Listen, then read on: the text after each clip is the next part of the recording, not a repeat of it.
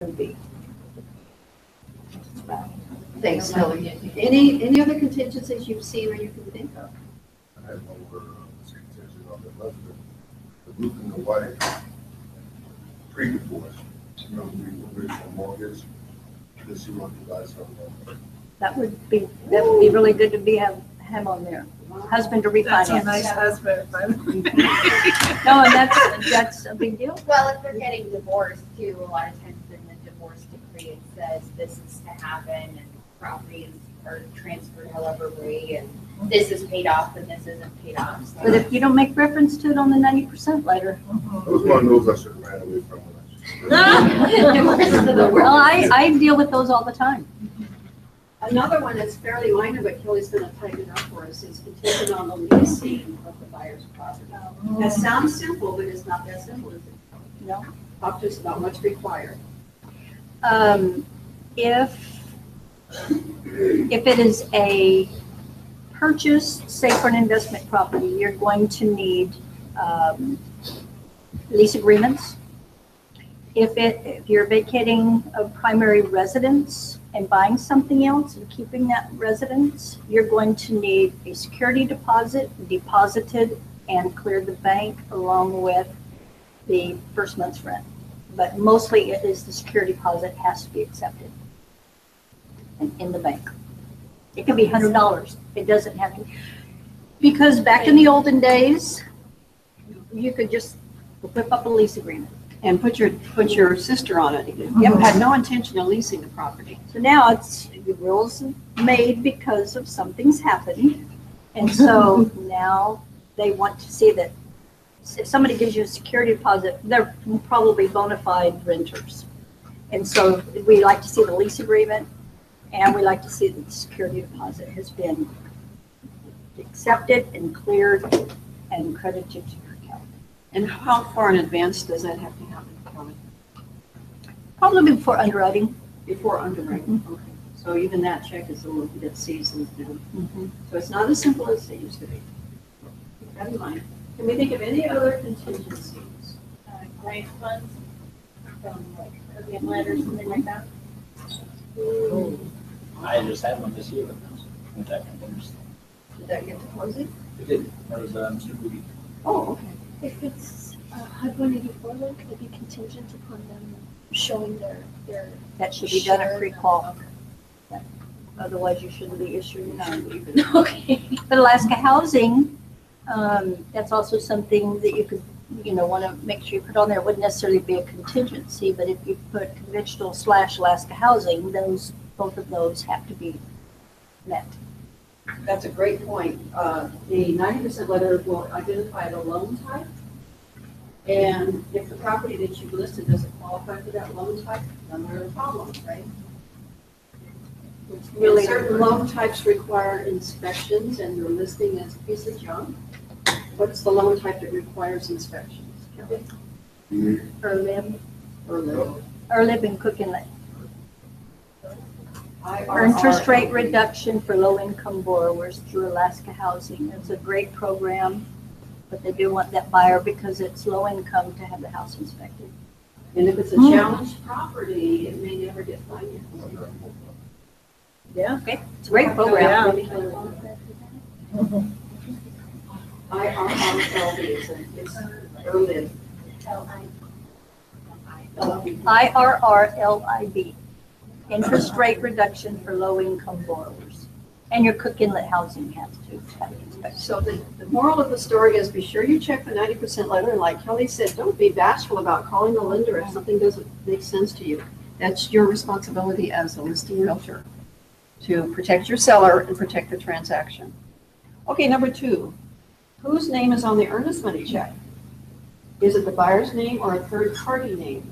And what problems can this cause, Kelly, if it's a third-party name rather than the buyer's name? If it's a relative, we can accept it as a gift. Earnest money can be a gift. Earnest money can be a gift as long as it's a family member or an employer. And a gift letter has to follow after Shortly processing. thereafter. And do you guys then look at the bank accounts or anything like that to see where those funds came from? Yes. Okay, so I was gonna say, couldn't, Jimmy Joel, give a couple grand to mom and dad, so that mom and dad could give them a bank check. That is not what you want to happen.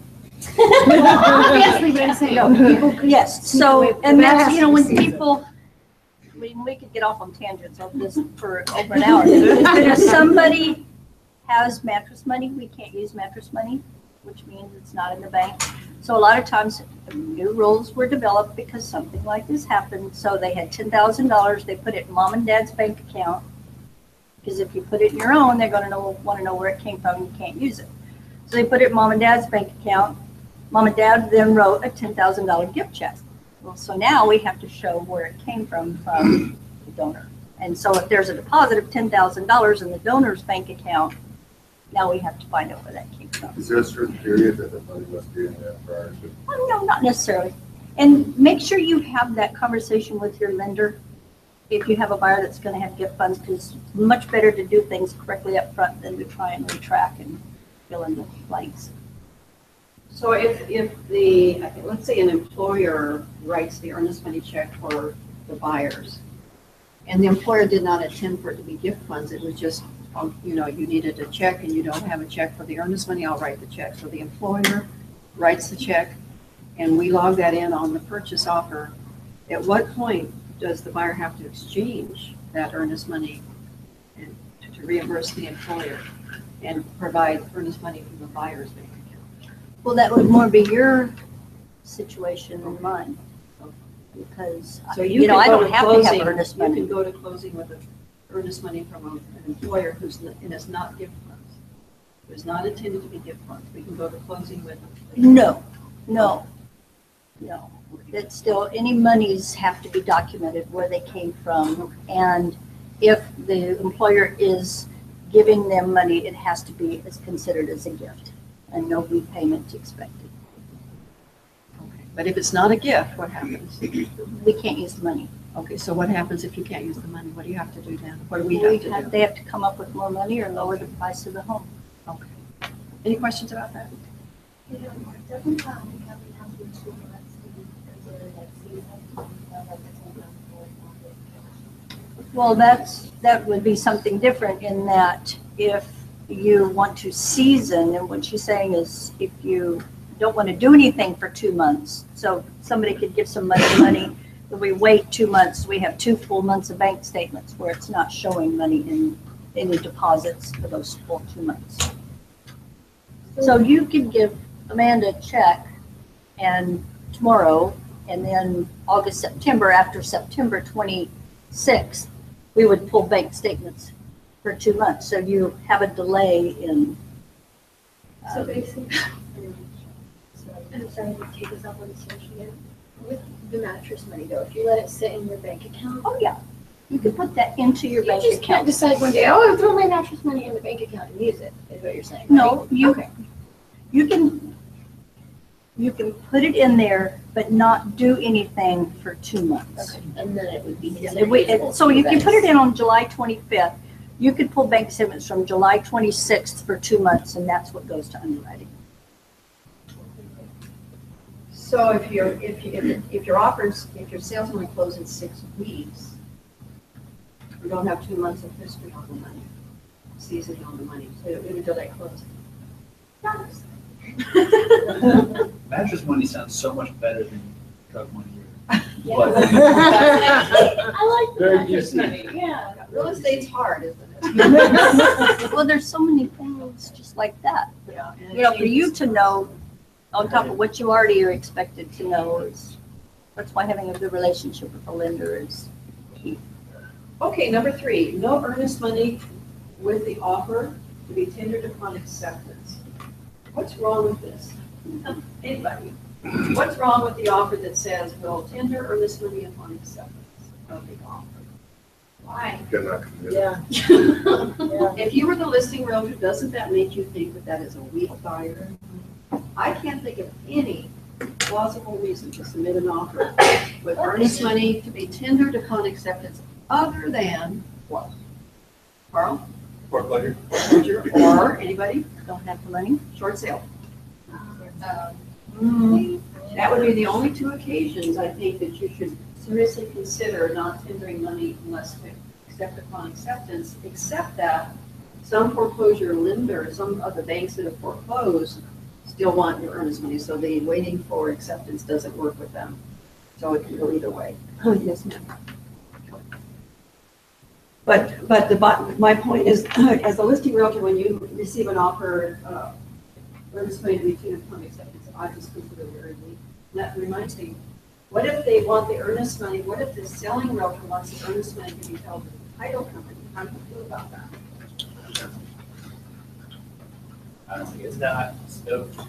Not so. Gabe doesn't like it. I don't like it either. I don't like home money. It's Yeah. going right back now. You told us, Chelsea, too, don't you guys have to hold it for like a really long time before they can get it back too?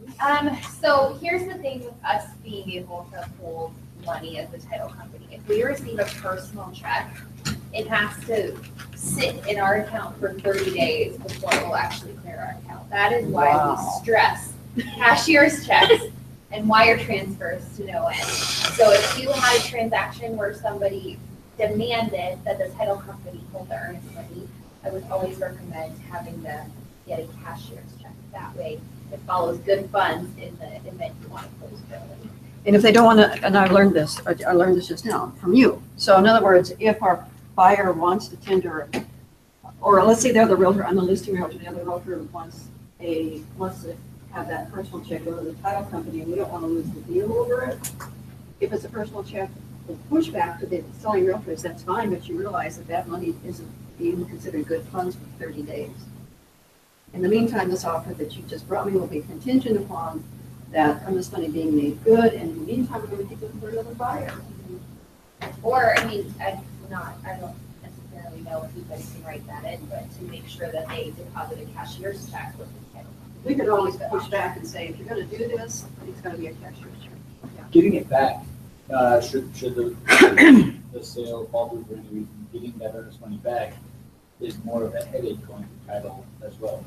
Well, if you guys are getting your termination agreement, the way that everybody should be getting their termination agreement, unless you had a dispute over the earnest money and you That's what I over was into saying. break, yeah. Where Gabe can make a determination. We're a disinterested third party, yeah, so basically, you guys need to come to an agreement before we'll do anything with it. Whereas, and what Billy is saying is Gabe can make a management decision to send that spin on how that earnest money is dispersed. So we just have more control, and I think we do a better job for our client if the earnest money is in our Jackpot bank account. There are some brokerages that don't want to have the earnest money held in their trust account or our trust account because that brokerage doesn't want to have any responsibility for the disposition of that earnest money if the transaction falls apart, which is why they default to putting it with the title company. It is not something that is a Jackpot wants to do. Any questions about that? Number 4, buyer's choice of inspectors on the offer that you receive says to BD. What does that mean, anybody? To be determined. So does that mean that grandmother gets to do the inspection? No. Now, the boilerplate language in the purchase offer does clearly say it's going to be licensed professionals. But here again, let's say grandmother is a licensed contractor. Do you, as a listing realtor, really want your seller's home inspected by the licensed contractor grandmother who's looking out for her son, her son's interest, her grandson's interest? So what do you do if you have an offer that says to be Counter with some names that you like and trust. ask them to name names that the seller's approval? Yeah, nothing wrong with that. So that's why I love them. Yeah, yeah. Light bulb. You just always being mean. I put any qualified inspector on there and suspend Okay. Moving on, number 5, check performance dates. Is the seller being required to order the appraisal prior to parties' agreement on inspections? Most of the time, the performance dates in an offer that you're going to look at will be appropriate inspection dates, but every now and then, not necessarily just the newbie realtors, but they'll have that appraisal order date ahead of being an agreement on the inspections. Like it'll say, okay, parties to be in agreement on the inspections by July 25, but they want the seller to write a check and order the appraisal by July 20. What's wrong with that? Besides everything. Well, what if we never agree? Yeah, what if you don't agree on those repairs and he's already paid for an appraisal? Not fair, is it? Not right. So check those dates, don't take it lightly. Has anybody ever had that happen yet? Yeah, I had. Have you? But I didn't order it. Without your permission? Ah. You became a real good clean up the profession. There's some few, there's some great ones though too, so.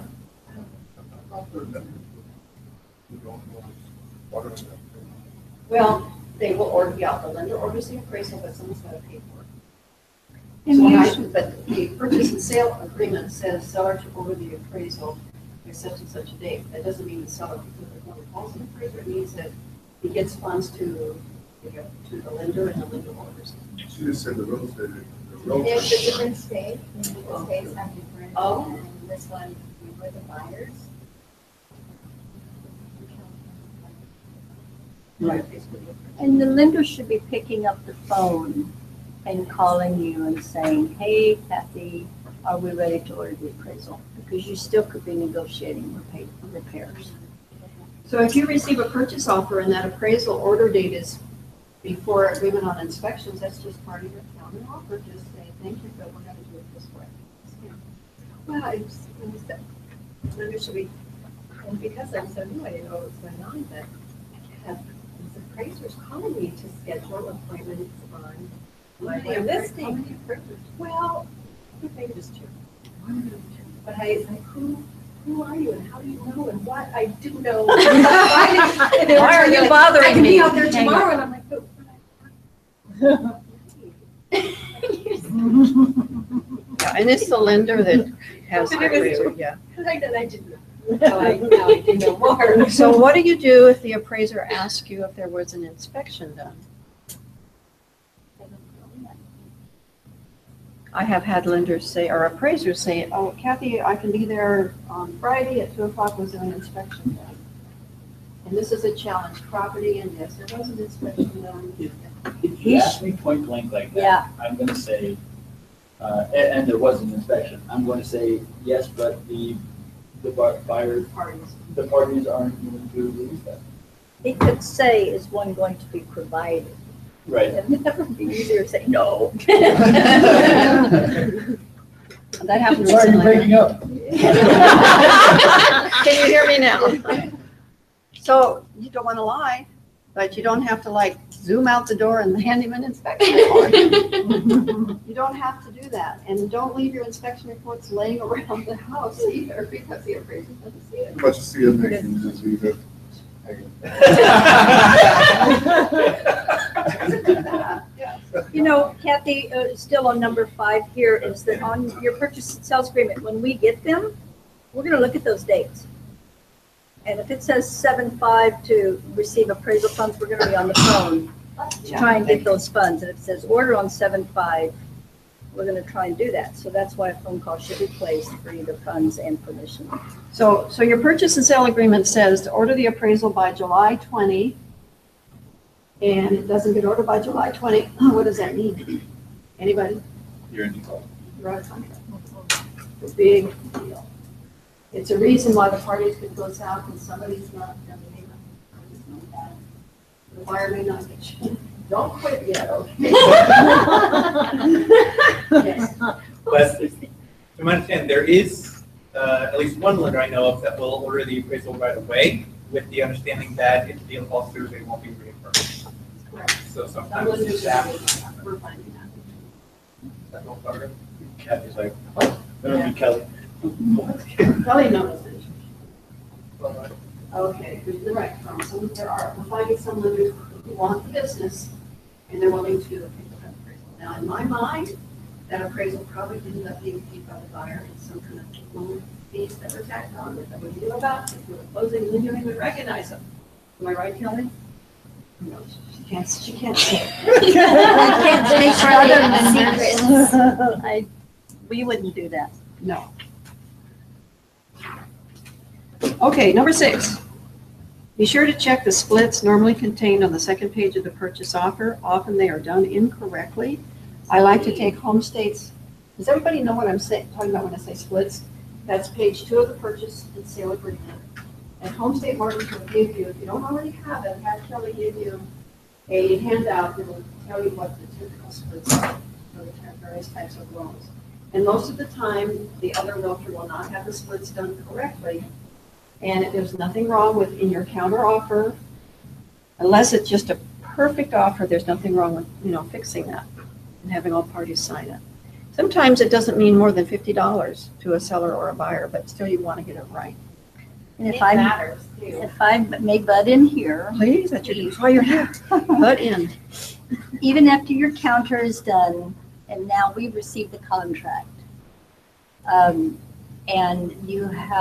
somebody has marked incorrectly on there, and it's specific to a program, we will now need an addendum. So in other words, on a VA, if somebody has marked on there that the buyer will pay for the doc prep fee, we will have to have you do an addendum for, changing that. So that will even be after the counter.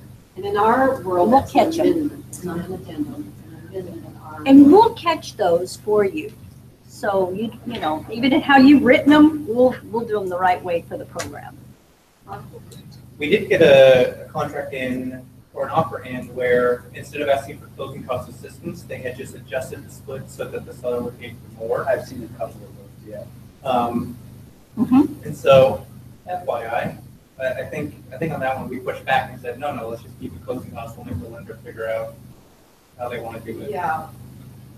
There was a time years ago when if you wanted the seller to pay all the closing costs, all the split were on the seller's side.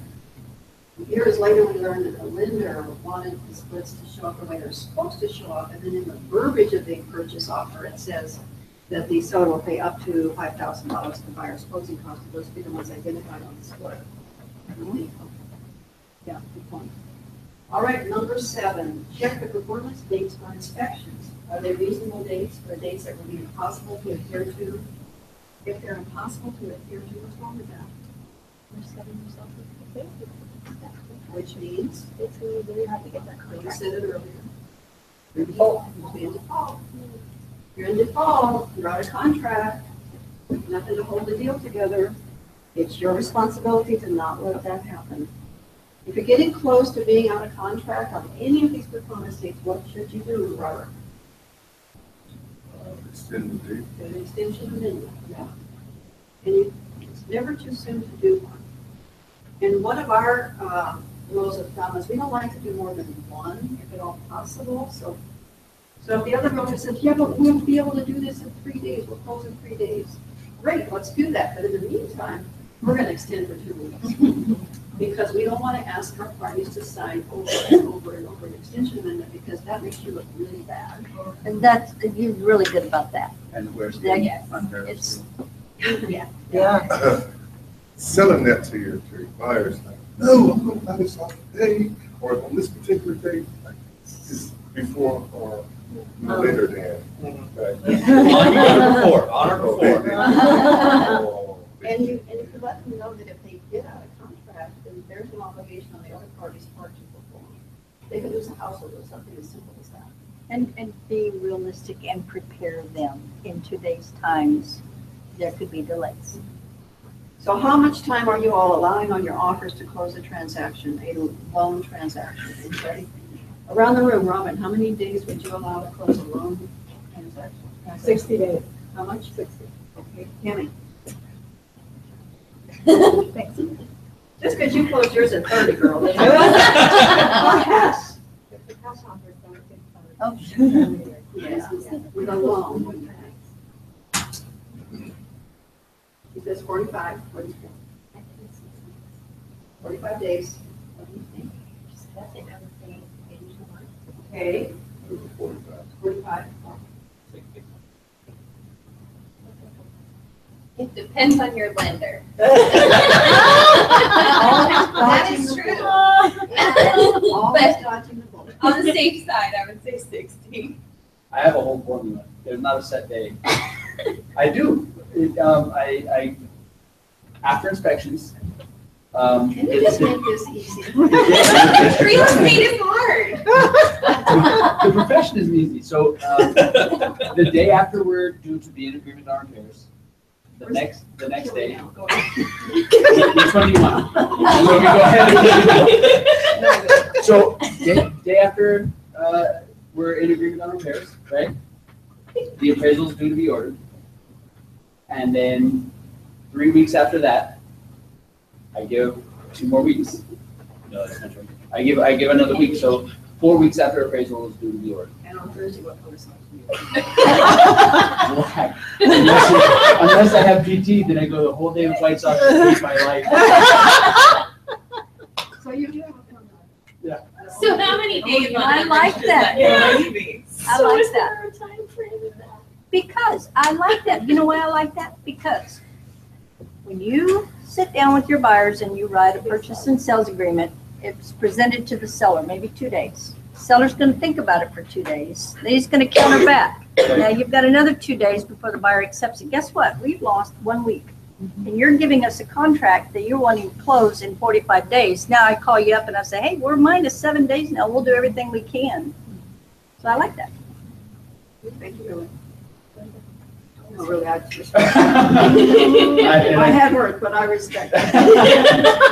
I developed that from dealing with you. That's not enough time. That's not enough time.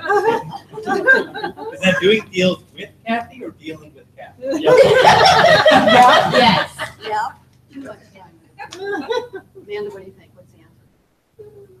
Question. How many days are you Days gonna to close. 45 to 60 is standard. Kelly, what would you like us to do? We can do 45. We could do 45. I got one yesterday. I'm going to close August 31st, so that shortened me. You know, I've got 5 weeks to do it, and I think we can. It's a good deal. But Personally, I like to see 60. If you can get the party to agree to 60, that gives you lots of room for mistakes and hearing and inspections and repairs. If you're in a multiple offer situation and you talk to the listing realtor and that seller wants to close as soon as possible, then I go with 45. Or even 30 maybe. If you're going to make it less than 45, I would talk to Kelly and see if she thinks it's possible. Or you can go into contract if it's multiple offer. Maybe do 5 weeks, knowing you'll probably have to extend what you need to get your foot in the door and make that seller happy and not lose the deal for your buyer. So it's a negotiation point you're going to think it out. Not unlike the way Billy thinks it out. He's thought the whole thing out. He's looked at his PT dates. He's looked at the holidays. He's looked at where the sun's going to be. Absolutely. Believe it. The 4th of July extends me about another week. You're understanding that. A lot of people do not understand that. That's true. And then you have to take into consideration closing disclosures with holidays as well, so. Oh, and I know that Kathy likes recordings on Fridays. I mean, there's a lot to take into A account. lot to think about. Yeah. It's hell working on this. Okay, number 8. Is the recording date reasonable? What can go wrong if the recording date is too short, therefore not allowing enough time for all aspects of the purchase and sale agreement to be properly addressed? I think you've done it that several times. Begin the answer again. Default. I think that's tomorrow. Okay, number 9. If the purchase and sale agreement calls for seller tendering funds for the appraisal, but the seller opts to sign a letter with the lender declaring responsibility for the appraisal funds, what's wrong with this? Kelly, what do you think was it? well, this is called guaranteeing appraisal funds, and we pretty much don't do that anymore. And now Kathy called me up, Billy, Amanda called me up and said, Kelly, would you accept a letter of guarantee? This is what we're talking about, right? To order the appraisal. Seller's in Tibet and I can't get a hold of him. Would you accept my letter of guarantee? My response back to you would be, and it would be only somebody that I have a working relationship with, but my response back to them, how much I like, regardless of how much I like you, I would say, I will accept that, but this is the verbiage. I will pay for the appraisal. I will make sure the appraisal is paid for regardless what happens in the transaction. even if it fails to close, I will be responsible for it. And most of the licensees will say, wait a minute, no, I'll get you a check. Yeah, because what Kelly's talking about is the realtor paying for that appraisal. And then I've been burned twice. I'm not gonna be burned again. Real estate's hard. Education comes easy though. Yeah, right. So I will tell you that according to Gabe, a letter of responsibility for the appraisal is not in contract. It's a default contract. He says if the contract does not allow that the contract calls for funds to be remitted to the lender. That could be a check, a personal check, a cashier's check, or it could be even a credit card. But Gabe doesn't like that. He doesn't like that letter. He doesn't want you to be on the line for it. He doesn't want the clients to be on the line for it. And that's, he says, and I haven't read it in a while, but he says the purchase and sale agreement doesn't allow it to be handled that way. It calls for funds. Number 10. We're going to let Carl talk about this one. Okay. Carl has become an expert today on this subject. What if the purchase offer is a cash, as-is transaction, and the property has a well and/or septic system that services the property? And, this sounds like a real estate exam test. And neither seller nor buyer is willing to pay for the COSA. What's wrong with this, especially since the title company doesn't care one way or the other? So, You're on, Carl. title company, you're breaking my heart. Because I was going to make them the bad guy. We'll go to the beginning. So I'm under contract. People do, go ahead. We're under contract on the property. It is as is. There's a well on the property, and the seller says, I'm not paying for anything. And the buyer says, I don't think I want to. When I talk to the seller says, well, when we got the property, we didn't have to do a COSA. I say, that's unusual. I thought you would. And as it turns out, I talked to the title company that handled their transaction. They say, we don't check for that. We don't regulate it. We don't need to know. Obviously, if there was a lender involved, the lender would want to know, but it was a cash transaction. Title handled the paperwork and moved on with their day. It's all right. So then, I have to go to my current buyer and say, well, that's how they did it. But since I'm a real estate professional, I really don't think you should do it that way, even though you don't want to spend the money. Because in our conversation with Gabe today, Gabe points out it's a statute, and that would be a misdemeanor if you were to willingly, subvert the law in order to get the deal to go through. So that's what's wrong with that. And also Gabe said that the Muni now is going to the trouble to check deeds, recent deed transfers, if you will, and they're tracing it back to the properties. And if the property's on well and or septic and they did not get a COSA, they fine one of the parties or both, and then they have to go out and still pay for a COSA. So if you have a cash transaction and your buyer says, I don't want to I don't want to spend the money, or the seller, either one, they don't want to spend the money, they'll just take their chances. If there's a lender involved, that won't fly. Title companies, we learned, don't care. And so you're the bad guy telling your parties they have to spend the money for a COSA. If they don't, then it is a misdemeanor, and they can be fined later. If the transaction is still going to come together, you'll find yourself not only talking to Gabe, going to the principal, and being in trouble, but there will be some serious waivers that everybody's going to have to sign that will hold you and Jack quite harmless. And we just kind of learned that today. I kind of knew there was something to it, but the fact that title didn't care, it was interesting in a cash transaction.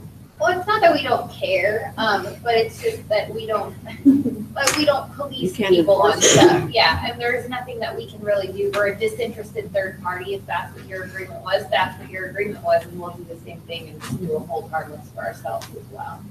Yeah, the way this, it wasn't Alyeska, but the way, Sorry.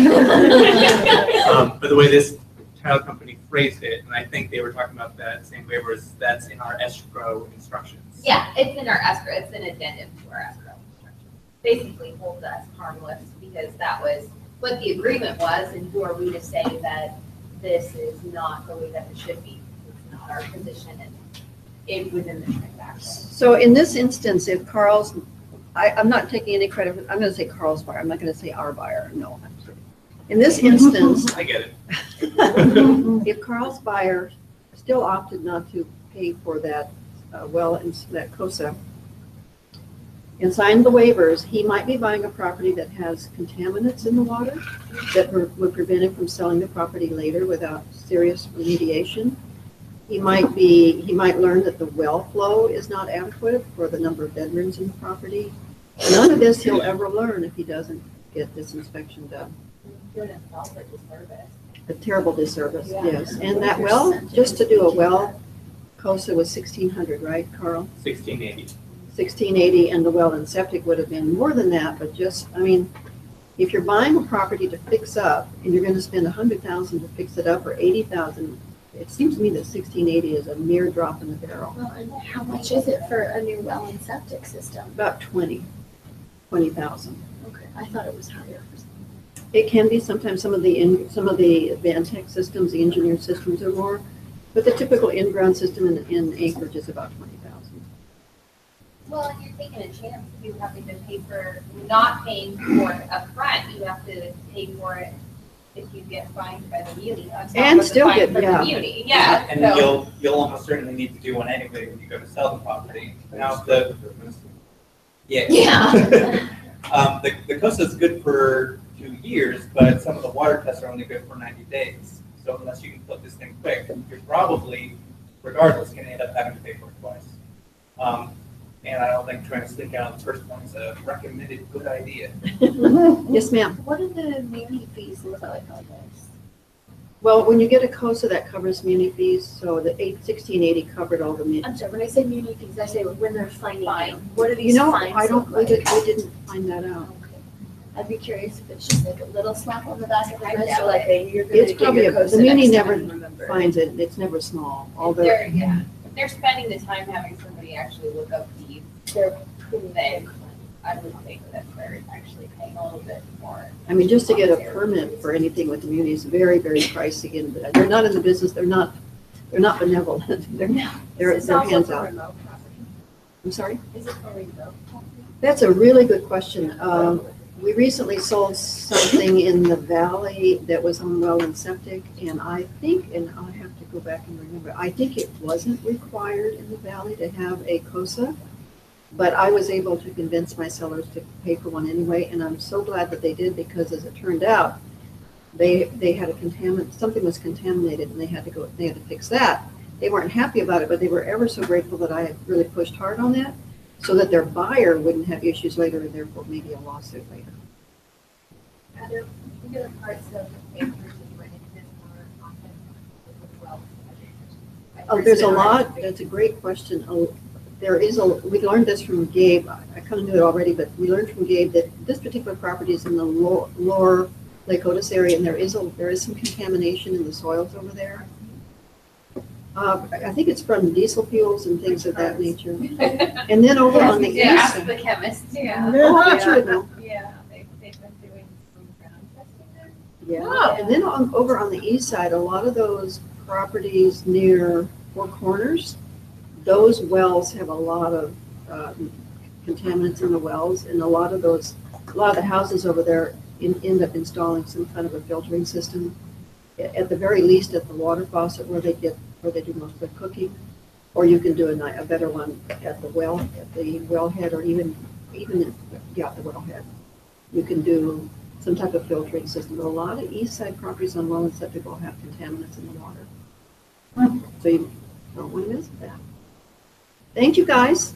Now next One week, thing, don't go yet. I have one thing to add to the dates, and it just came to my mind was about as-built surveys. oh, So on the section of the contract that says as required by lender, or the line you put a date, no matter what you put on there, if you do have a lender, typically they require extended coverage from the title company, which requires an as-built survey. So in a roundabout kind of way, if your lender tells you, no, we don't need an as-built survey, but on the back end, they're requesting an extended title policy from us, it is required by the lender in a roundabout. So how often do you see a request for an extended title policy, Chelsea? 90% of the time. Oh, extended is the Alta portion? That's the Alta portion, Oh. that's the lender's title policy, it's called an extended. So if you don't have an as-built on file somewhere, you would want to We would insert need it. one, yeah. So just know that, yeah, I know a lot of lenders out there, even locally, will say, oh, no, we don't need an as-built survey. But if they're getting extended title insurance from us, then we require one. And so we will specifically ask them, are you okay with your policy with this exception on it? And they will say no, so. But we're always the bad guy about it. But I just want to make sure that everybody knows that even though your lender may say no, they don't require an as-built survey. Ask your title. Is there a certain amount of time that we want after 6 years? For us, we just need to have an as-built survey on file, but it is in your contract whether or not you want an updated one for whatever due. So I would leave that up to you guys to decide what the time frame is for an as-built survey. But they put a fence on the Yeah. building over the easement? Oh, no. Oh, we're not gonna talk about that. That's It's in the disclosure. Yeah, so just. So what you just said tells me that there's no really legitimate reason to say as required by lender title. We would never do a transaction without an Alta policy. Unless it's a cash transaction, in which case there's no lender and there's no extended policy. So, there's other types of, loans that they won't require an extended policy, like construction loans. They usually just end up getting a standard policy from us, which doesn't include that particular coverage, but I could go into a lot more details on that. And the longer I'm in the business, the more I'm learning that if your buyer says at the end of the day, oh, never mind, then I don't need the as-built survey, it was in the purchase and sale agreement, somehow it got overlooked, didn't get ordered timely, you're going to close tomorrow. Buyer says, it's okay, I'm not worried about an as-built. You have to get a waiver signed. Just because we had a transaction where in the purchase and sale agreement, the buyer said, I don't want an as-built survey. It is not part of this transaction. I don't want one. Don't give me one. End of story. So we didn't get a waiver because that seemed good enough. Now, we've had to arm wrestle with Jim Gribben because we didn't get a waiver. I think we have sort of prevailed because we made it crystal clear in the purchase offer. But at the end of the day, I'm learning how easy it would have been just to get a waiver and one more level of protection for you. So if somebody says, if your mother says, I'm buying this house, you're selling me the house, I'm your mother, but I don't want a home inspection, have your mother sign a waiver that she chose not to do home inspections. Of course, you'll never allow that to happen, but you see my point. It doesn't matter. Get waivers, because you got to protect Jack White too. You don't want our broker to lose his real estate license or we don't have a job. Anyway, thanks guys. See you next Tuesday. What's that? We have something special for next Tuesday, don't we? Not yet? Not yet. We have something kind of cool coming up. Okay. All right, we'll see you next Tuesday for something equally as special. Equally fun. Canada. Oh. Thank you, my dear. Thank you. Oh, well, this is you want yours. Yummy cookies, by the way. You don't like gingerbread? Are they soft? I don't like gingerbread. Oh, Not really? molasses or They're anything. soft? Okay. If they're soft, I have you have one. If they're crunchy, I would have passed. I cannot get enough sugar.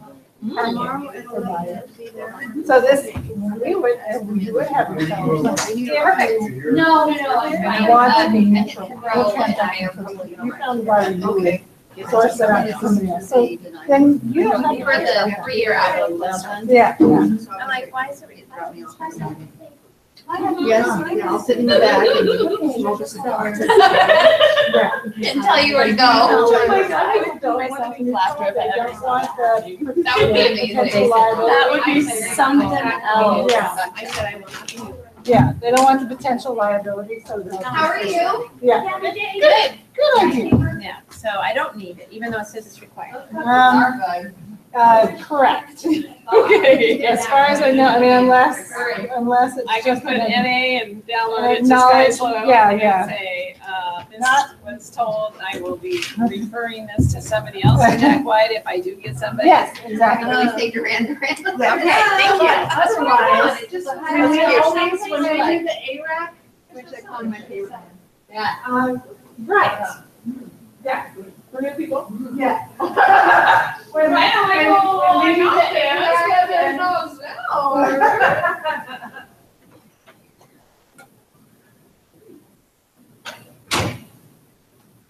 I just grabbed whoever. That was a very good meeting. I found it very, informative.